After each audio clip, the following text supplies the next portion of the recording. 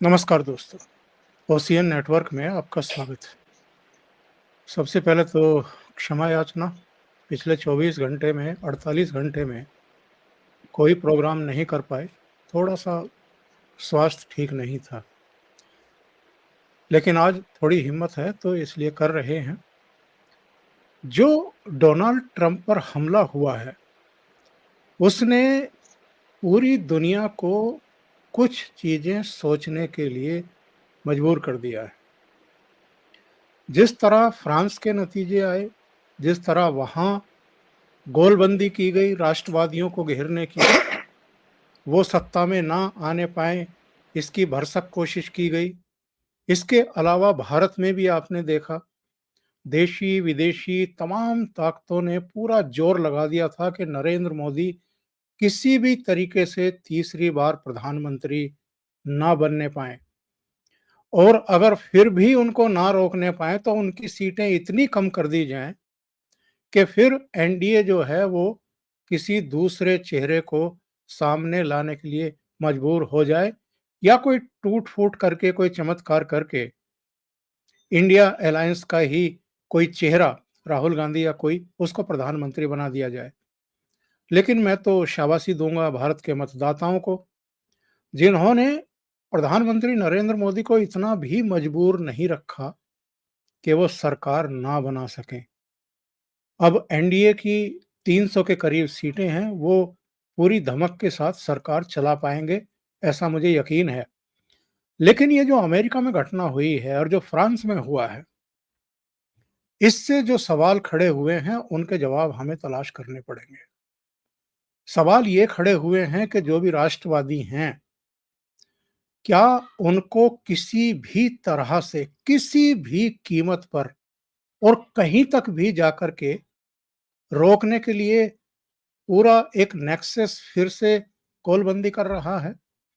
क्योंकि Donald Trump जिस तरीके से अपने सारे मुकदमों से निकल कर के बाहर आए हैं, और तमाम साजिशों के बावजूद, ऐसा पहली बार हुआ अमेरिका में कि कोई पूर्व राष्ट्रपति गिरफ्तार किया गया हो, और 1-2 बार नहीं, कई बार उनको गिरफ्तार किया गया, कई बार उनको हिरासत में लिया गया, उनको तोड़ने की कोशिश की गई, लेकिन वो टूटे नहीं और वो जमे रहे।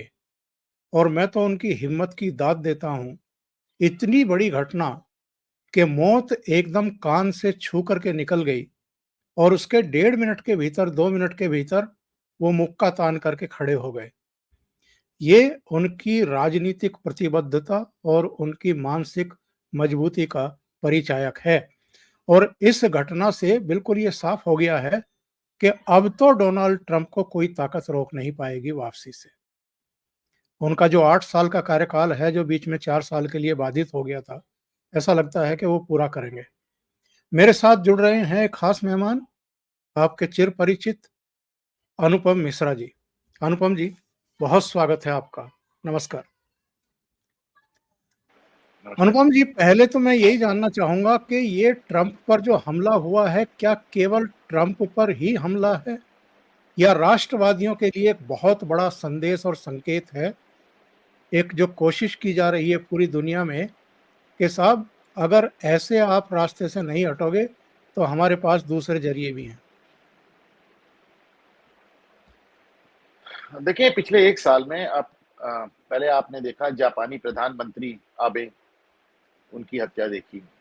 फिर आपने स्लोवाकिया के जो प्राइम मिनिस्टर हैं, फिको, उनके ऊपर जानलेवा हमले का प्रयास हुआ, बाल-बाल बचे वो। और अब डोनाल्ड ट्रंप पे। और मूलतः इसको आप समझ लें कि हालाँकि अमेरिका के लिए थोड़ा-सा ये बात आयरॉनिकल भी लगती है ओंकार जी। वो हमको बताते रहते हैं कि हमें आपके ऊपर चुनावी हिंसा पे नज़र रखनी है। हमारे यहाँ तो राहुल गांधी घूम-घूम के पूरी दुनिया में नरेंद्र मोदी को गाली देते रहे, उनके लिए कैसे-कैसे लफ्ज़ों का इस्तेमाल करते रहे, उसके बाद वो 2-2 जगह से चुनाव जीते। आपके यहाँ तो अब आप अपने अपने विपक्षी नेता को आप चुनाव ही नहीं लड़ने दे रहे हैं। आपने हज़ार मुकदमे कर रखे हैं उस पे, और उसपे भी बात नहीं बनी तो आपने गोली चला दी। गोली भी चला दी एक 20 साल के ब्रेन वॉश लड़के ने। क्यों चला दी साहब? अभी आपने देखा 2-3 दिन पहले जो बाइडेन ने एक बयान दिया था कि ट्रंप से बहुत बहसबाजी होगी, अब बहस की कोई ज़रूरत नहीं है।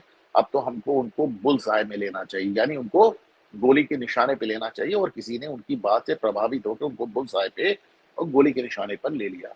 और अगर आप देखें कि मतलब जिस समय ट्रंप अपना चेहरा घुमाते हैं, मतलब फ्रैक्शन ऑफ अ सेकेंड, वहां तो अब गोली का भी फोटो आ गया है चलते। तो अगर फ्रैक्शन ऑफ सेकेंड जैसे उन्होंने चेहरा घुमाया तो गोली उनके कान में लग गई, वरना उनका भेजा उड़ा देती। बिल्कुल। तो ये एक उनका एक मुकद्दर है।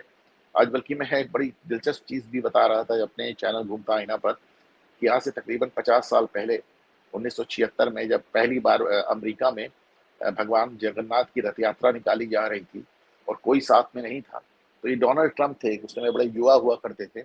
उन्होंने भगवान जगन्नाथ की रथ यात्रा निकलवाई थी अमेरिका में, और तब 50 साल से लगातार निकल रही है। और इस समय भी अमेरिका में रथ यात्रा निकल रही है, भारत में रथ यात्रा निकल रही है, और ट्रंप बाल बाल बच गए। एक बड़ा सुखद संयोग कहेंगे हम इसको। और कुल मिलाकर मेरा हमेशा कहना है कि जो लिबरलिज्म के नाम पे जो लोग ड्रामा करते हैं, जो अपने को लेफ्ट लिबरल कहते हैं, मेरा मानना है जो लेफ्ट है वो लिबरल नहीं हो सकते, जो लिबरल है वो लेफ्ट नहीं हो सकते। अरे लेफ्ट फिलोसफी क्या है साहब? सब कुछ सब जो तुम्हारी बात से अग्री ना करे उसको फांसीवाद कह दो, उसको नाजीवाद कह दो। कौन है नाजीवाद, कौन है फांसीवाद? अरे तुम ही तो हो यार। जर्मन मतलब आज जर्मनी की और यूरोप की सबसे बड़ी समाजवादी पार्टी हिटलर की थी। हिटलर की तो पार्टी का नाम था national socialist German workers party करके, उसी का शॉर्ट फॉर्म बनता है नाजी। जर्मन भाषा में उसी का शॉर्ट फॉर्म बनता है नाजी। तो भैया हिटलर कौन थे? हिटलर थे जर्मनी के और यूरोप के सबसे बड़े समाजवादी नेता। मुसोलिनी जो उनके राइट हैंड थे इटली में, वो कौन थे जो इटली के डिक्टेटर थे?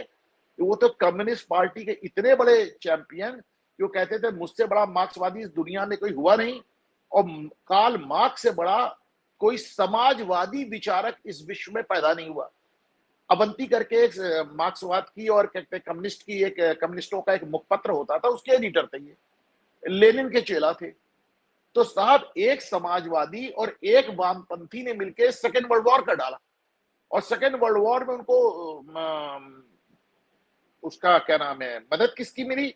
एक तो आपने देखा क्रिश्चियन चर्च, क्योंकि हिटलर जो था एक कैथोलिक था, तो उसको क्रिश्चियन चर्च की मदद मिली। और दूसरी आपको उनको मदद, आपको आपने देखा होगा कि वो जो ग्रैंड मुफ्ती थे जेरूसलम के, वो साहब जाके उनको अपनी मदद दे के हाजी अमीन अल हुसैनी 1941 में, और उन्होंने कहा साहब हमारे आपका दुश्मन एक है, कौन? यहूदी। हम दोनों साथ मिलकर लड़ेंगे। फिर आपने देखा कि अरबी दुनिया से और गैर अरबी दुनिया से बड़ी मात्रा में मुसलमानों ने इनको ज्वाइन किया। तो यानी द्वितीय विश्व युद्ध लड़ा किसने? ओंकार जी आप देखिए, एक समाजवादी हिटलर, एक वामपंथी मुसोलिनी, क्रिश्चियन चर्च और इस्लामी जगत, इन चार लोगों ने मिलकर द्वितीय विश्व युद्ध लड़ा। 60 लाख यहूदियों की हत्या की, करोड़ों लाशों का अंबार लगा दिया विश्व में, हार गए। तो चूंकि उस जैसे आज आप देख रहे हैं, उस समय भी एकेडेमिया पे, यूनिवर्सिटीज पे, कॉलेजेस पे वामपंथियों का कब्जा हुआ करता था। तो उन्होंने ये फांसीवाद और फासिज्म और ये नाजीवाद, ये दो लफ्ज राइट विंग के माथे पे चिपका दिए। और राइट विंग पे भी क्या, क्योंकि हिटलर साहब, चूंकि हमारे पास एक हमारा मंगल चिन्ह है स्वास्तिक, और हिटलर एक कहते दो क्रॉसेस को जोड़ के उसने एक चिन्ह बनाया था जिसको हैकेन क्रूज कहता था, वो स्वास्तिक वो भी था। तो अब उन्होंने उसके माथे से, हिंदुत्व के माथे पे नाजीवाद फांसीवाद चिपका दिया। तो साहब हमारे सारे हिंदुत्व जो था वो नाजीवादी फांसीवादी हो गया। हकीकत क्या है कि इनसे ज्यादा जो लिबरल्स कहलाते हैं, फिर वो अमेरिका के लिबरल हो, यूरोप के लिबरल हो, ट्रूडो हो, बाइडेन हो, राहुल गांधी हो, वामपंथी हो, इनसे ज्यादा नाजीवादी और इनसे ज्यादा फांसीवादी लोग संभव नहीं है। बस अंतर इतना है साहब कि ट्रंप पे गोली चल गई, और मोदी को आपने 1 घंटे पाकिस्तान की सीमा से 1 किलोमीटर दूर एक पुल पे रोक के रखा। हमारे यहाँ सुरक्षा ज्यादा अच्छी थी, कहीं हो पाया साहब कोई हादसा? आपने तो अपनी तरफ से कोई कसर नहीं छोड़ी थी ना। आपने तो पटना में मोदी के मंच के बम चला दिया था साहब, एकदम मंच के सामने बम चला, शख्स बिल्कुल। भागा नहीं वहां से, हाँ हटा नहीं, भागा नहीं। और वही आज डोनाल्ड ट्रंप को भी आप देखिए, बंदा झुकता है और तुरंत खड़े होके यूं करके अपना अपनी बहादुरी, क्या गिरते हैं चाहे सवार ही मैदानी जंग में, वो तिफल क्या गिरेंगे, जो वो तिफल क्या लड़ेंगे जो घुटनों के बल चले। तो साहब बहादुर आदमी था, गिरा फिर खड़ा हो गया। अब तो उसकी जीत कोई रोक नहीं सकता, और जीत उसकी पहले भी हो रही थी। तो पहले आपने उसे मुकदमों में फंसाया, उसको ढेर सारे केसेस में सजा दिलवाई, जब वो नहीं हो पाया तो सीधे गोली ही चला दी। ये है फांसीवाद, ये है नाजीवाद, जो कि आप देखें लिबरल्स के दिलों से उपजता है। आप आज की तारीख सबसे बड़े लिबरल नेता नजर आते हैं जस्टिन ट्रूडो। तो जब अब भारत में किसान आंदोलन होता है तो उसके साथ खड़े हो जाते हैं, और जब अपने यहाँ किसान आंदोलन होता है तो आपने देखा कि घुड़सवारों को दौड़ा दिया, घोड़े दौड़ा दिए, घोड़ों से कुचला घोड़ों से जाता है। रौंदा दिया। ये है नाजीवाद, ये है फासीवाद, जिसकी चरम परिणति आज हमने ट्रंप पर चली हुई इस गोली के रूप में देखी, ओंकार जी। और हम इससे बहुत दूर नहीं हैं, हम लकी हैं, हम भाग्यशाली हैं कि हमारे यहाँ ऐसा नहीं हुआ। वरना राहुल गांधी तो कह ही रहे थे कि पूरे देश में पेट्रोल छिड़क दिया है, बस आग लगाने की देर है। बिल्कुल, आप सही कह रहे हैं। देखिए, जो कुछ फ्रांस में हुआ था, पूरे नतीजे भी नहीं आए थे और शुरू के नतीजे में चूँकि जो राष्ट्रवादी थे, वो आगे दिखाई दे रहे थे, बढ़त लेते हुए दिखाई दे रहे थे, वहाँ पर दंगा-फसाद, आगजनी, लूट-पाट, मार-काट शुरू हो गई थी। तो अगर भारत में भी वैसे ही नतीजे आते जैसी कि प्रधानमंत्री नरेंद्र मोदी दावा कर रहे थे कि अब की बार 400 पार या उसको छूते हुए भी आते, तो क्या हमारे यहाँ तैयारियां नहीं थी? ये केरोसिन की तो बात पहले ही कह चुके थे। इन्होंने जिस दिन नतीजे आने थे, उस दिन कहा था कि कांग्रेस पार्टी के सभी वर्कर अपने-अपने कार्यालयों में इकट्ठा हो जाएं। ये इकट्ठा क्यों कर रहे थे? अरे साहब, समाजवादी पार्टी के प्रदेश अध्यक्ष नरेश उत्तम जो अब तक से हटाए दिए गए, उन्होंने ट्वीट किया कि लाठी डंडे लेके मतदान स्थल पे पहुंचो, काउंटिंग स्थल पे।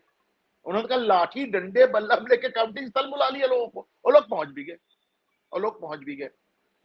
तो आप पूरी, आपको याद होगा पूरा तैयारी थी इस बात की कि इसमें आग लगानी है। आपने अपनी तरफ से कोई कसर नहीं छोड़ी, ना पंजाब में, ना पटना में, ना दिल्ली में, ना बंगाल में। ये तो साहब फिर भी हमारी कुछ मुकद्दर है कि हम किसी गृह युद्ध से बाल, और आज आप समझ लें, आज आप समझ लें, वो जो ट्रंप ने मुंह फिराया और जो उसकी गोली बच गई, तो अमेरिका भी एक विश्व युद्ध से बच, सॉरी, गृह युद्ध से बच गया। अगर बिल्कुल। ट्रंप आज ईश्वर ना करे अगर उन्हें कुछ हो गया होता, तो अमेरिका में गृह युद्ध पक्का था। सब ये बताइए, जो ट्रंप ने जज्बा दिखाया है, 1.5 मिनट के भीतर सीक्रेट सर्विस के अफसरों के चेहरों से ऊपर अपना चेहरा निकाला, मुक्का दिखाया और बताया कि मैं जिंदा हूं और मुझे आप मार नहीं सकते हैं। ये जो है, ये करारा तमाचा नहीं है इन साजिशकर्ताओं के मुंह पर? नहीं साहब, बिल्कुल है। और मुझे याद है हम स्कूल में हुआ करते थे, बहुत छोटे हुआ करते उस समय। रोनाल्ड रीगन का मुझे याद है, रोनाल्ड रीगन पे गोली चली थी, और रोनाल्ड रीगन ने भी इस तरह करके वो भी रिपब्लिकन पार्टी के थे, वो भी रिपब्लिकन पार्टी के थे, उन पे भी डेमोक्रेट्स की मेहरबानी से ही गोली चली थी। और साहब मुझे अभी तक याद है, हम लोग दूरदर्शन पे देख रहे थे, छोटे छोटे थे, कि साहब रोनाल्ड रीगन ने पहले, ही वाज एन एक्टर, वो तो एक्टर थे प्रेसिडेंट बनने से पहले। तो उन्होंने पहले तो इस तरह उन्होंने किसी को पता नहीं लगने दिया कि मुझे गोली भी लगी है, और फिर तब सीक्रेट सर्विस वालों ने उनको समझा। और मैं समझता हूँ कि जो ये डोनाल्ड ट्रंप का ये जो अंदाज मैंने अभी शुरुआत में ही कहा, गोली लगते ही डिफाइंस के साथ ऐसे घूंसा दिखाना कि साहब मैं जिंदा हूँ, मैं रहूंगा, और ये डिफाइंस उनका पहले दिन से चल रहा है, पहले दिन से चल रहा है। आप उन पे मुकदमे कर रहे हैं, आप उन्हें सजा दे रहे हैं, आप उन्हें जेल, एक आप पहले पहले अमरीकी राष्ट्रपति बने जिनको आम मुजरिम की तरह पकड़ के जेल में ले जाके फोटो खींची गई, पहले राष्ट्रीय, आज तक इकलौते। आपने उनके क्या नहीं उनके साथ किया, लेकिन वो हैं। इस बात पे मैं एलॉन मस्क की भी तारीफ करूंगा, बहुत खुल के वो डोनाल्ड ट्रंप के समर्थन में उतरे। और अब तो बाइडेन इज गॉन, मतलब उनका कहीं वो कुछ बचता ही नहीं है। बिल्कुल सही कह रहे हैं आप। ना मानसिक रूप से स्वस्थ, ना शारीरिक रूप से स्वस्थ। नहीं और नहीं जब नहीं, आप देखिए ओंकार जी ये देखें, एक शख्स गोली खा के उठ गया, दूसरी तरफ बाइडेन है जो खड़ी साइकिल से गिर जाते हैं, चलते चलते गिर जाते हैं, हवाई जहाज की सीढ़ियां चढ़ते हुए गिर जाते हैं। जेलेंस्की को पुतिन कहते हैं, अपनी वाइस प्रेसिडेंट कमला हैरिस को ट्रंप कहते हैं, दिमाग पे कंट्रोल नहीं है, स्टेज पे भूतों से हाथ मिलाते हैं। तो मतलब वो तो अपना एकदम उनका दिमागी कंट्रोल भी हट गया है, शारीरिक कंट्रोल भी हट गया है, और सामने ये बंदा आपके ट्रंप खड़ा है, कहीं कोई मैच नहीं। पहले एक बात ध्यान रखिएगा ओंकार जी, मैं इस प्रोग्राम में तीसरी बार कह रहा हूं, बाइडेन अगर चुनाव हार नहीं रहे होते तो ट्रंप पे गोली चलेगी नहीं। बिल्कुल सही कह रहे हैं। ऐसा ऐसा नहीं कि गोली चलने से ट्रंप जीत जा रहे हैं। ट्रंप पहले से जीत रहे थे, तभी उन पे गोली चली थी। और इसका तरीका ये ब्रेन वॉश्ड बच्चे जो आपको आप हमारे यहाँ मिल जाएंगे, आपको स्कूल में, कॉलेज में, जेएनयू में जिस तरह की बातें करते मिल जाएंगे। एक 20 साल का बच्चा, ओनली 20 ईयर्स, आप सोचे उसको किस कदर ब्रेन वॉश किया होगा कि उसने जाके 8 गोलियां मारी। ट्रंप तो बच गए, घायल हो गए, लेकिन 2 लोग जान से हाथ धो बैठे। तो केवल आप 20 साल, व्हाट इज 20 ईयर्स, 20 साल का तो मैं बच्चा ही कहूंगा ना ओंकार जी। आपने उसको किस कदर ब्रेन वॉश कर दिया। और कैसे, देखिए मैंने बात क्यों कही थी फासिज्म और नाजीवादी की, बच्चों के दिमाग में आप डाल रहे हैं ये फासिस्ट है, ये नाजीवादी है, ये आ जाएगा तो डिक्टेटर हो जाएगा, मोदी जीत जाएगा तो चुनाव नहीं होगा, मोदी फांसीवादी है, मोदी डिक्टेटर है। एक इस बार क्या कहा जा रहा था, इस बार अगर मोदी जीते तो भारत में फिर चुनाव नहीं होगा। उनके हर चुनाव में ये बात कही जाती। तो आप बच्चों को, अच्छा, और फिर ये बच्चे आपको सोशल मीडिया पे अंड बंड बोलते हुए नजर आते हैं, गालियां बकते नजर आते हैं। उसमें भाई चूंकि अमेरिका में हथियार मिलना ज्यादा आसान है तो वो भी हो गया। कमी तो यहां भी नहीं रही साहब, बम चले, पाकिस्तानी बॉर्डर पे बंदे को रोक के रखा आपने, गालियां आप दे ही रहे हैं। कोई मतलब कमी तो यहां भी नहीं है। बस हम कहेंगे कि परमात्मा हम पे थोड़ा मेहरबान है ओंकार जी। नहीं, मेरा तो ये कहना है अनुपम जी, ये जो केरोसिन छिड़कने की बात ये कर रहे हैं, ये केरोसिन ही तो छिड़का जा रहा है। ये जिस नहीं, तरीके छिड़का से नहीं जा रहा यूथ है को केरोसिन, वो छिड़क चुके हैं, अच्छा यू खासा छिड़क चुके हैं, नॉर्थ साउथ करके छिड़क चुके हैं, फौज के खिलाफ लोगों को बरगला चुके हैं। देखिए ओंकार जी, यही बात सुने, इंदिरा गांधी ने जब इमरजेंसी लगाई थी तो उसने सिर्फ एक बयान को कारण बताया था कि जयप्रकाश नारायण ने देश के पुलिस वालों से कहा है कि सरकार का हुक्म नहीं मानो। उन्होंने कहा साहब आप पुलिस वालों को भड़का रहे हैं और इस देश में कहते हैं बलवा हो जाएगा। राहुल गांधी तो पहले बाकायदा फौज सैनिकों के पास जाते हैं और कहते हैं यार तुम लोग के साथ बड़ा अन्याय हो रहा है, फौजी अफसर ज्यादा माल काट रहे हैं, तुम लोग बड़े परेशान हो। अग्निवीर वालों के यहाँ जाते हैं, शहीदों के यहाँ जाते हैं। जो शख्स 1 करोड़ रुपया पाके बैठा है उससे दिला कहला देते हैं हमें 1 रुपया नहीं मिला, फिर जाके सास बहू में झगड़ा करा देते। कितनी गंदी राजनीति हो रही है ओंकार जी। और ये फौज को लेके हो रही, ये फौज को लेके, पुलिस को लेके जब राजनीति हुई तो इंदिरा गांधी ने इमरजेंसी लगा दी। फौज को लेके वो लगातार, आप जब मैंने वो वीडियो देखा था जिसमें ये भारतीय फौज के सैनिकों से कह रहे हैं कि साहब आपके साथ नाइंसाफी हो रही है, आपके अफसर लोग बहुत मस्ती काट रहे हैं, आपके साथ गलत हो रहा है। उन पे मुकदमा क्यों नहीं हुआ ओंकार जी? फौज पे बलवा कराना दुनिया का सबसे गंभीर अपराध है किसी भी देश में। तो पेट्रोल तो वो छिड़के चुके हैं, उनकी तरफ से कोई कमी नहीं। क्या इस घटना ने अमेरिका को नंगा नहीं कर दिया है पूरी दुनिया के सामने?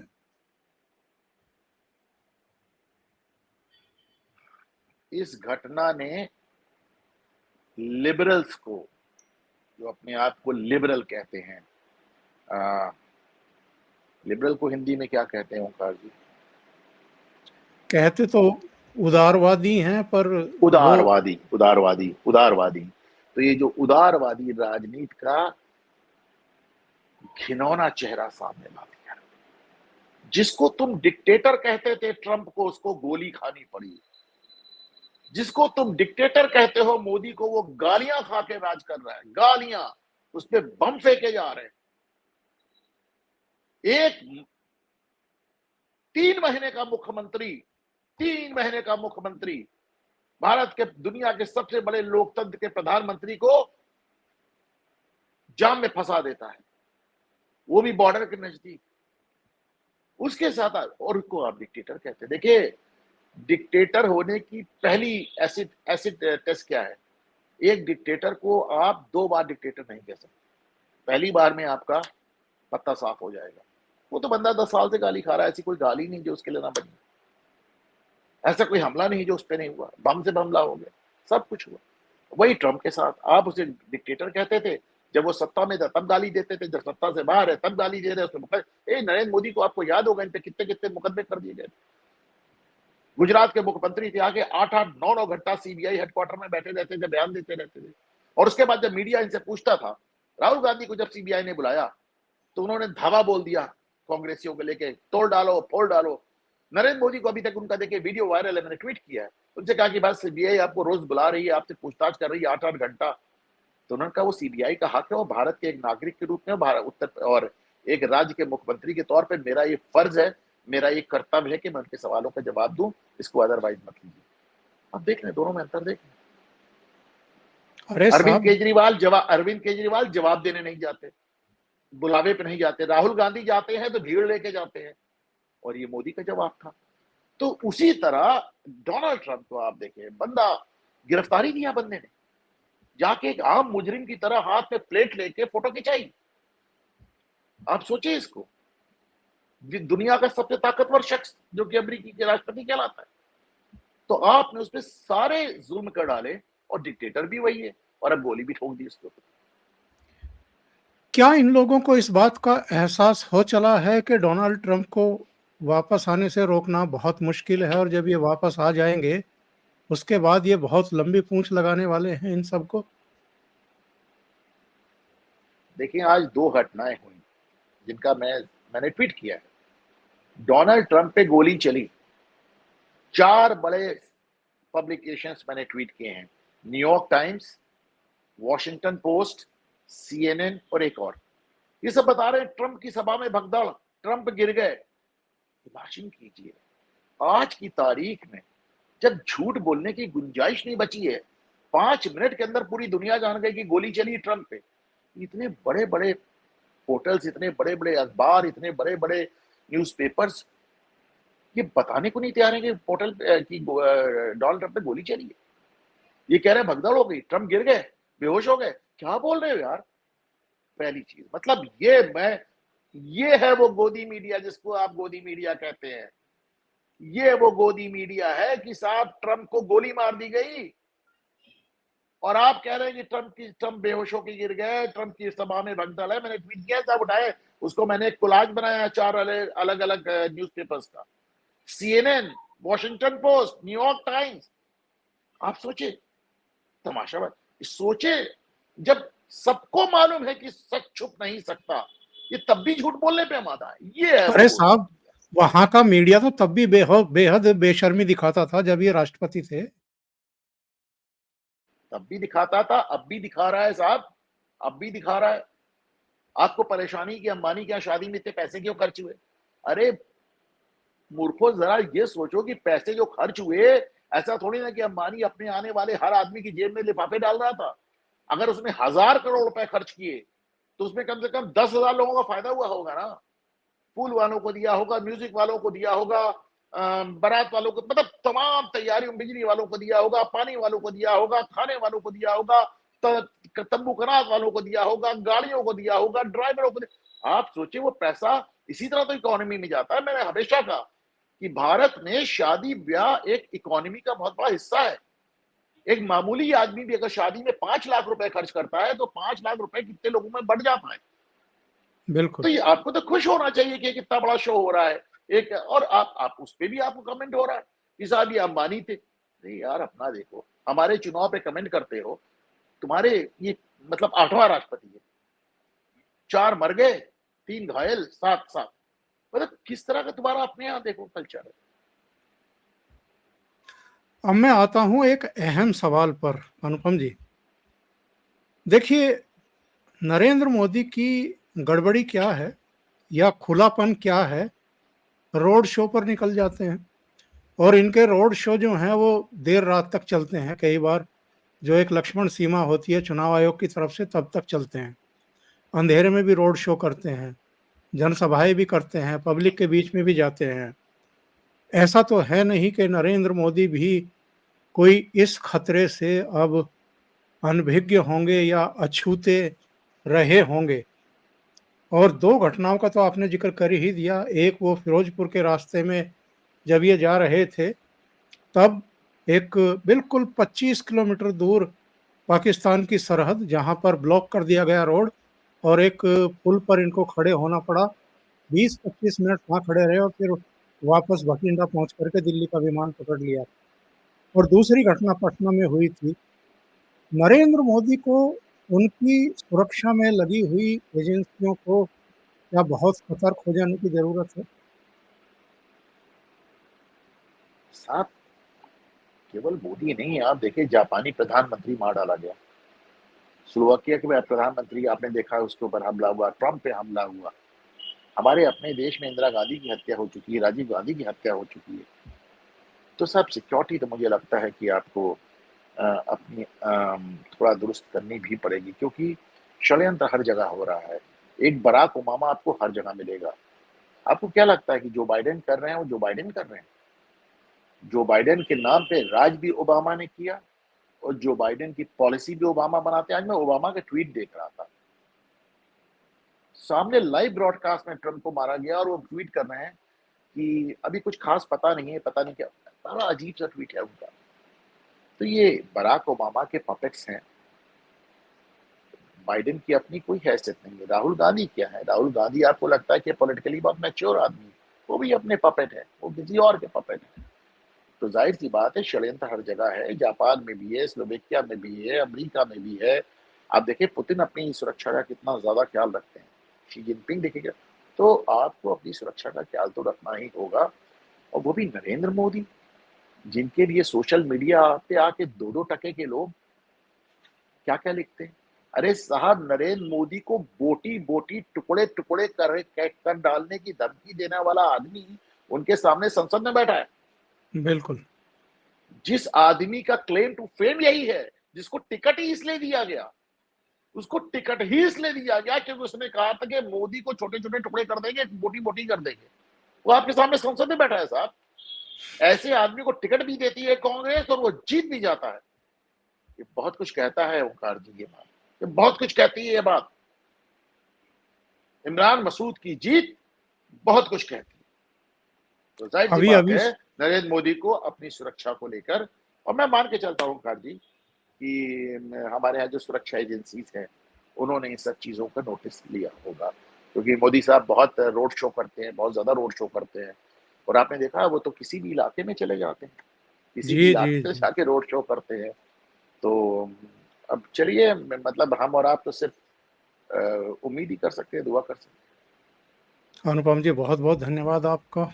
इतना समय निकाला आपने ओशियन नेटवर्क के लिए और थैंक यू बहुत सर। महत्वपूर्ण मुद्दे पर चर्चा की। Thank you so much. Thank you sir. नमस्कार।